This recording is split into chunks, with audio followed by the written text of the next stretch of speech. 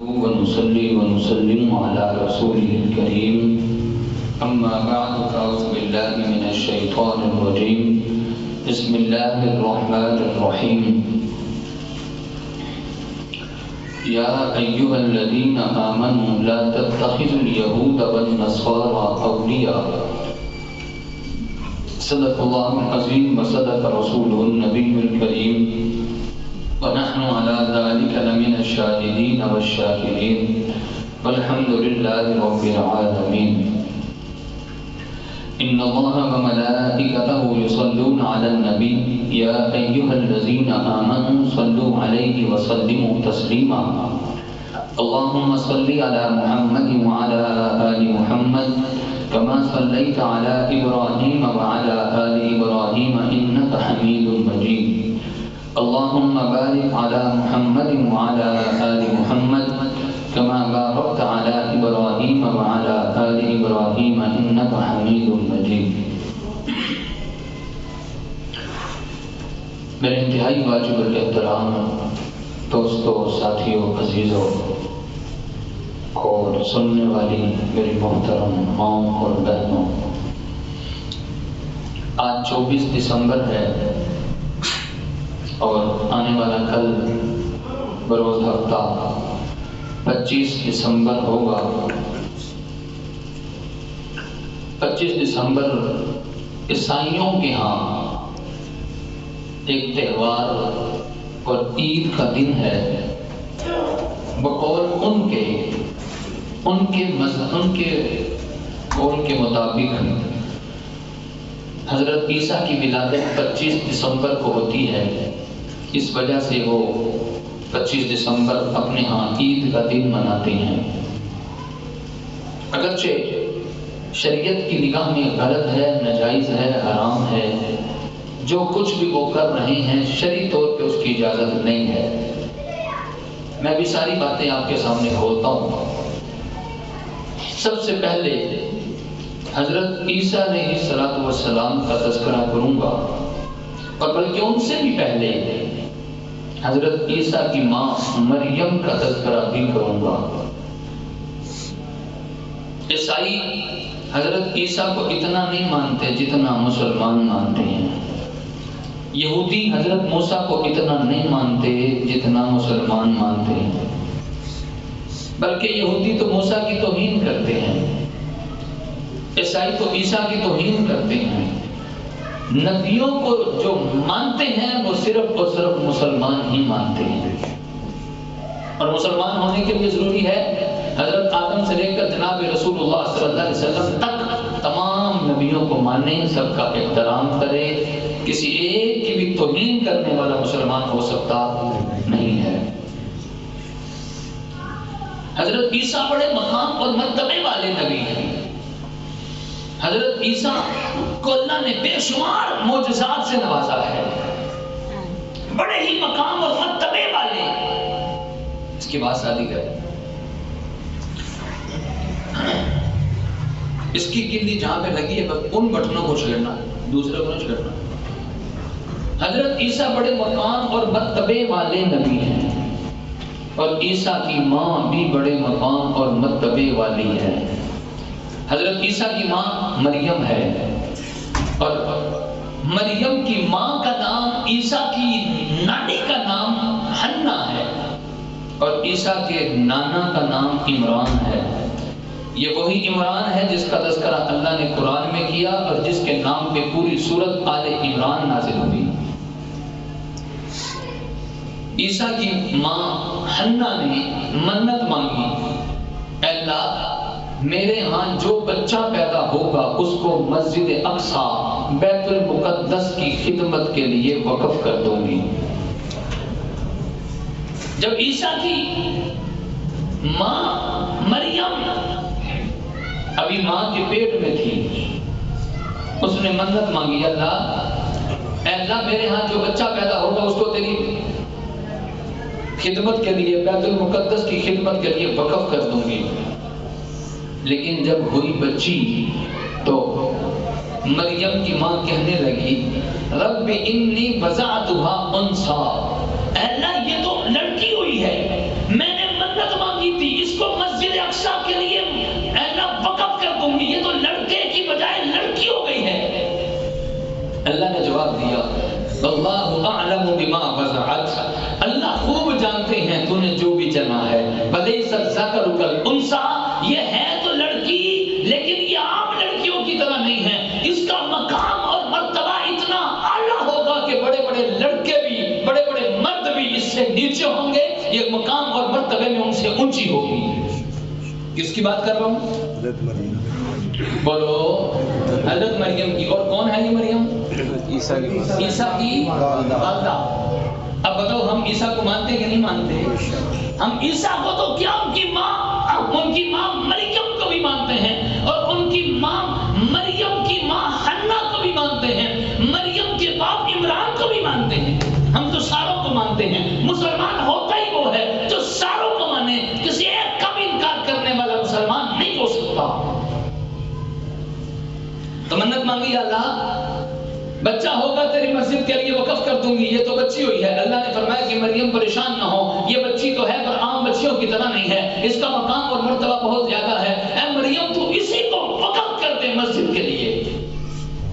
اس سے ایک بات یہ بھی سمجھ میں آئی، اولاد کو مسجدوں کے لیے، مدرسوں کے لیے، دین کے لیے وقف کرنا چاہیے، وقف کرنا چاہیے۔ ہاں اگر کسی کی اولاد 4-5 بچے ہیں جہاں اور کاموں کے لیے لگا رکھا ہے، ایک بچہ دین کے لیے بھی لگا دو۔ دنیاوی کاموں کے لیے بچے متعین کر رکھے ہیں، سلیکٹ کر رکھے ہیں، ارے کوئی دین کے لیے بھی وقف کیا ہے؟ جس ذات نے تجھے 5 بچے دیے ہیں اس ذات کے لیے تمہیں ایک بھی نہیں دیا۔ دین کے لیے بھی تو کوئی لگاؤ نا، دین کے لیے بھی تو کوئی وقف کرو نا۔ کہتے ہیں نہیں پورے خاندان میں ایک ڈاکٹر تو ہونا چاہیے، پورے خاندان میں ایک وکیل تو ہونا چاہیے، پورے خاندان میں ایک انجینئر تو ہونا چاہیے، یہ کہا جاتا ہے۔ ہم کہتے ہیں ساری باتیں ٹھیک اپنی جگہ، یہ بھی تو سوچو پورے خاندان میں ایک مولوی بھی ہونا چاہیے، پورے خاندان میں ایک مفتی بھی ہونا چاہیے، پورے خاندان میں ایک شیخ الحدیث بھی ہونا چاہیے، پورے خاندان میں کوئی حافظ بھی ہونا چاہیے۔ کبھی یہ بھی تو سوچو نا پورے خاندان میں ایک بچہ مسجد کے لیے وقف بھی ہونا چاہیے۔ یہ مریم کی ماں حنا نے بات سمجھائی ہے۔ اللہ منت مانگی تھی مسجد کے لیے وقف کر دوں گی، اللہ نے فرمایا مریم پریشان نہ ہو، اے حنا پریشان نہ ہو، اس بچی کو مسجد کے لیے وقف کر دے۔ مسجد کے لیے وقف کر دیا، اور اس وقت اب مریم کی کفالت کون کرے؟ مریم کی پرورش کون کرے؟ مریم کی والدہ کا ہو گیا انتقال، چھوٹی سی بچی ہے، اس کی پرورش کون کرے؟ لوگ بھی قرآن دازی ہوئی، قرآن میں آتا ہے قرآن دازی کیسے ہوئی؟ سارے لوگ اپنی اپنی کلمیں ڈالو پانی میں، جس کی قلم مخالف سمت چلے گی وہ مریم کی پرورش کرے گا۔ مختلف لوگوں نے کلمیں ڈالی، مختلف لوگوں نے دریا میں اپنی اپنی کلمیں ڈالی۔ قرآن کہتا ہے قلم مخالف سمت چلی تھی زکریا کی۔ حضرت زکریا رشتے میں مریم کے خالو رکھتے تھے، تو پرورش مریم کی زکریا نے کی ہے۔ زکریا نبی ہیں اور مریم نبی، عورت نبی نہیں ہو سکتی، جتنے بھی نبی ہوئے ہیں مرد ہی ہوئے ہیں۔ پرورش کون کر رہے ہیں؟ زکریا کر رہے ہیں۔ حضرت زکریا اس وقت مسجد اقصی بیت المقدس کے امام تھے، بیت المقدس کے متولی اس وقت حضرت زکریا تھے، اور پرورش مریم کی زکریا کر رہے ہیں۔ مسجد کے اندر چھوٹا سا ایک کمرہ حجرہ جہاں پہ مریم کو رکھا ہوا تھا، حضرت زکریا پرورش کرتے تھے، حضرت زکریا دیکھ بھال کرتے تھے۔ ایک مرتبہ مریم کو کمرے میں بٹھا کر باہر سے دروازہ بند کر کے کہیں کام چلے گئے، واپسی آئے دیکھا تالا لگا ہوا ہے، خود تالا کھول کے اندر گئے، دیکھا کہ مریم کے پاس پھل پڑے ہیں، اور پھل بھی وہ جو بے موسمی، بڑے پریشان ہوئے، دروازہ بند ہے، آنے جانے کا راستہ کوئی نہیں ہے، اس کے پاس پھل آئے کہاں سے ہیں، اور پھل بھی وہ جس کا موسم نہیں ہے۔ حضرت زکریا کہنے لگے یا مریم انا لکی ھذا، اے مریم بتا تو صحیح تیرے پاس پھل کہاں سے آئے ہیں؟ مریم کہنے لگی ہوا من عند اللہ، یہ اللہ کی طرف سے آئے ہیں۔ اللہ نے بچپن میں ہی مریم کا مقام اور مرتبہ سمجھا دیا کہ مریم وہ مقام اور مرتبے والی خاتون ہے کہ بے موسمی پھل زکریا کو نہیں ملے، بے موسمی پھل اللہ نے مریم کو دے دیے۔ قرآن میں واحد ایک عورت کا نام اللہ نے ذکر کیا ہے، مریم کا نام ذکر کیا ہے، کسی اور عورت کا نام قرآن میں نہیں ہے۔ اللہ نے عورت کا نام بھی پردے میں رکھا ہے سوائے مریم کے نام کے، جس کا تذکرہ اللہ نے قرآن میں کیا ہے۔ حضرت مریم کچھ بڑی ہوئی، ابھی شادی نہیں ہوئی تھی، بڑی نیک عورت، پاک دامن عورت، پاک صاف عورت، شادی نہیں ہوئی تھی۔ حضرت مریم پردہ کر کے نہا رہی تھی، غسل کر رہی تھی، فرشتہ آیا انسانی شکل میں۔ مریم ڈر گئی کہ لگتا ہے کہ کوئی انسان ہے۔ مریم کہنے لگی میں اللہ کی پناہ میں آتی ہوں، کیا کر رہے ہو، اندر آ گئے ہو؟ کہا پریشان نہ ہو، میں فرشتہ ہوں، میں آدمی انسان نہیں ہوں، میں فرشتہ ہوں، اللہ نے بھیجا ہے، میں تمہیں بیٹے کی خوشخبری سنانے کے لیے آیا ہوں۔ مریم کہنے لگی کہ میرے بیٹا کیسے ہوگا، مجھے تو ولم یمسسنی بشر، مجھے کسی انسان نے ٹچ تک نہیں کیا، مجھے ہاتھ تک نہیں لگایا، بیٹا کیسے ہوگا؟ فرشتے نے کہا کہ اللہ فرما رہے ہیں کذالک، اسی طرح ہی ہوگا، شادی نہیں ہوگی، کوئی انسان ہاتھ تک بھی نہیں لگائے گا، تیرے بیٹا ہوگا۔ لو بھئی حضرت مریم کو حمد شروع ہو گیا، بس چند عرصے کے بعد ہی وقت ولادت کا قریب آ گیا۔ جو ولادت کا وقت قریب آتا ہے مریم پریشان ہوتی ہے کہ میں لوگوں کو کیا منہ دکھاؤں گی، لوگوں کو بتلاؤں گی کیا کہ یہ کہاں سے آیا ہے، شادی ہوئی نہیں۔ یقیناً جس کی شادی نہ ہوئی ہو، بغیر خامل کے اولاد لے آئے تو یقیناً لوگ تو جینا حرام کر دیں گے، رہنے نہیں دیں گے۔ مریم پریشان تھی کہ میں قوم والوں کو جواب کیا دوں۔ ولادت کا وقت قریب آیا، اللہ نے فرمایا کہ اے مریم پریشان نہ ہو، ولادت ہو لینے دیں، اس کے بعد اے مریم تو نے پریشان نہیں ہونا، سارا معاملہ ہم خود حل کریں گے۔ یوں اللہ کی مدد آئی مریم پر۔ ولادت کا وقت قریب آیا، اللہ نے کہا کہ اے مریم فلاں جگہ پہ چلی جا، وہاں پہ کھجور کا درخت ہے، وہاں جا کر وَهُزِّي إِلَيْكِ بِجِذْعِ النَّخْلَةِ، کھجور کے درخت کی ٹہنیوں کو ہلا، تُسَاقِطْ عَلَيْكِ رُطَبًا جَنِيًّا، تازہ کھجور گریں گی، لہذا اے مریم فَكُلِي وَاشْرَبِي، کھاؤ بھی پیو بھی، وَقَرِّ عَيْنَا، آنکھوں کو ٹھنڈا رکھو، پریشان نہیں ہونا۔ حضرت مریم کھجوریں کھاتی رہی، پانی پیتی رہی، بس آنند فانند سارے کام ہوئے، بچے کی ولادت ہوئی۔ حضرت مریم نے بچے کو گود میں لیا، اور بچہ کون ہے یہ؟ بھولنا نہیں ہے، موضوع نہیں بھولنا۔ حضرت مریم نے بچے کو گود میں لیا، لے کر سوچتی ہیں کہ کیا جواب دوں گی قوم والوں کو۔ اللہ نے کہا مریم پریشان نہیں ہونا، جاؤ قوم والوں کے پاس۔ مریم لے کر گئی ہے، پتہ ہے قوم والوں نے کیا کہا؟ اے مریم کہاں سے لائی ہے؟ یا اخت ہارون، اے ہارون کی بہن، یہ کہاں سے لائی ہے؟ ما کان ابوک امرأ سوء وما کانت امک بغیہ، اے مریم تیرا بھائی ایسا نہیں تھا، تیری ماں ایسی نہیں تھی، تیرا باپ ایسا نہیں تھا، یہ کیا کام کیا ہے، یہ کہاں سے لے آئی ہے؟ حضرت مریم نے کہا میں نے روزہ رکھا ہے، چپ کا، میں نے بولنا نہیں ہے۔ فلن اکلم اليوم انسیا، میں بولوں گی نہیں، میں نے چپ کا روزہ رکھا ہے۔ مریم بتا تو صحیح پھر لائی کہاں سے ہے؟ قرآن کہتا ہے فاشارت الیہ، مریم نے عیسیٰ کی طرف اشارہ کیا، اس سے پوچھو، اس سے پوچھو یہ کہاں سے آیا ہے۔ قوم والوں کو غصہ آیا، مریم ایک تو کام عجیب کیا ہے اور الٹا کہہ رہی ہے بچے سے پوچھو، 2 دن کا بچہ کیا بولے گا؟ کیف نکلم من کان فی المہد صبیا، ہم اس بچے سے کیسے بات کریں جو گود میں ہے؟ حضرت عیسیٰ ساری باتیں سن رہے تھے، 2 دن کے بچے تھے، ساری باتیں سن رہے تھے۔ کروٹ بدلی، پہلے منہ تھا ماں کی طرف، اب کروٹ بدلی، قوم والوں کی طرف دیکھا اور دیکھ کر عیسیٰ نے تقریر شروع کی، مجھ سے پوچھو میں کون ہوں، انی عبد اللہ۔ یہ عیسیٰ کے الفاظ ہیں، 2 دن کا بچہ کیا کہہ رہا ہے؟ انی عبد اللہ، میں اللہ کا بندہ ہوں۔ آتانی الکتاب، اللہ نے مجھے کتاب دی ہے، وجعلنی نبیا، اللہ نے مجھے نبی بنایا ہے، وجعلنی مبارکن اینما کنت، میں جہاں کہیں بھی جاؤں اللہ نے مجھے برکت والا بنایا ہے، واوصانی بالصلاۃ والزکاۃ ما دمت حیا، اور مجھے اللہ نے حکم دیا ہے میں نماز بھی پڑھوں زکات بھی ادا کروں۔ عیسیٰ وہ نبی ہیں جن کو بچپن میں نبوت ملی ہے، ورنہ ہر نبی کو نبوت ملتی ہے 40 سال کی عمر میں۔ عیسیٰ وہ نبی ہیں جن کو اللہ نے بچپن میں ہی نبوت عطا کر دی تھی۔ تو عیسیٰ کا دنیا میں آنا بھی عیسیٰ کا معجزہ تھا.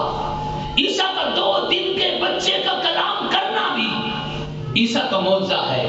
حضرت عیسیٰ کو اللہ نے بے شمار معجزات سے نوازا ہے. بے شمار معجزات سے عیسیٰ کو نوازا ہے. مردوں کے پاس جا کر کہتے کم باذن اللہ، کھڑے ہو جو اللہ کے حکم سے. عیسیٰ کا معجزہ ہے. کوئی پلاشی اندھا ہوتا، حضرت عیسیٰ اس کے آنکھ پہ ہاتھ پھیرتے، اس کو بینائی مل جاتی. عیسیٰ کا معجزہ ہے.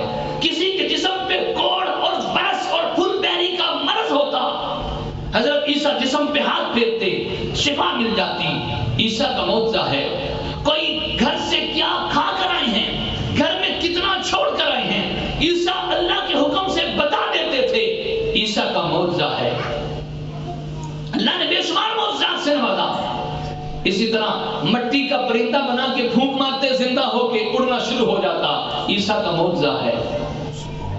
پھر زندہ آسمانوں پر اٹھا لیے گئے. مسلمانوں کا عقیدہ اور نظریہ ہے حضرت عیسیٰ اس وقت کہاں ہیں؟ آسمانوں پر.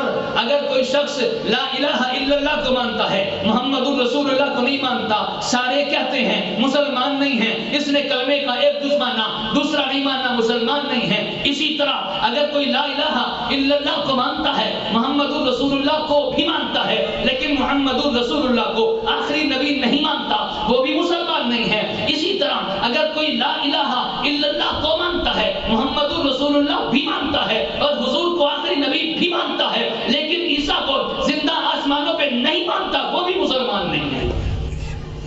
مسلمان ہونے کے لیے حضرت عیسیٰ کو زندہ آسمانوں پہ ماننا ضروری ہے. یہ مسلمانوں کا بنیادی عقیدہ ہے. عیسائیوں کا، یہودیوں کا عقیدہ ہے کہ حضرت عیسیٰ سولی پہ لٹک گئے. نعوذ باللہ. عیسائیوں کا گندا اور بےہودہ عقیدہ، یہودیوں کا گندا عقیدہ کہ عیسیٰ سولی پہ لٹک گئے. اللہ قرآن میں فرماتے ہیں مما قتلوہ وما صلبوہ، نہ عیسیٰ قتل ہوئے نہ عیسیٰ سولی پہ لٹکے، ولکن شبہ لہم، لیکن یہودی اور عیسائی شبہ میں پڑے ہوئے ہیں، شک میں پڑے ہوئے ہیں. اللہ فرمانے بل رفعہ اللہ، ہم نے عیسیٰ کو زندہ آسمانوں پہ اٹھا لیا. یہودیوں نے پلاننگ کی حضرت عیسیٰ کو قتل کرنا ہے. گھر کے باہر کھڑے ہو گئے، گھر کے باہر گھیراؤ کر لیا کہ اندر عیسیٰ کو قتل کرنا ہے. اب اندر عیسیٰ ہیں، سارے یہودی گھر کے باہر کھڑے ہیں. اللہ نے عیسیٰ سے وعدہ کیا تھا عیسیٰ میں تجھے بچاؤں گا. عیسیٰ کہہ رہے یا اللہ تیرا وعدہ ہے بچائے گا، لیکن باہر تو یہودی قتل کرنے کے لیے آ چکے ہیں. اللہ نے فرمایا پریشان نہیں ہونا عیسیٰ، میرا وعدہ ہے تجھے بچاؤں گا، بس بچاؤں گا تجھے.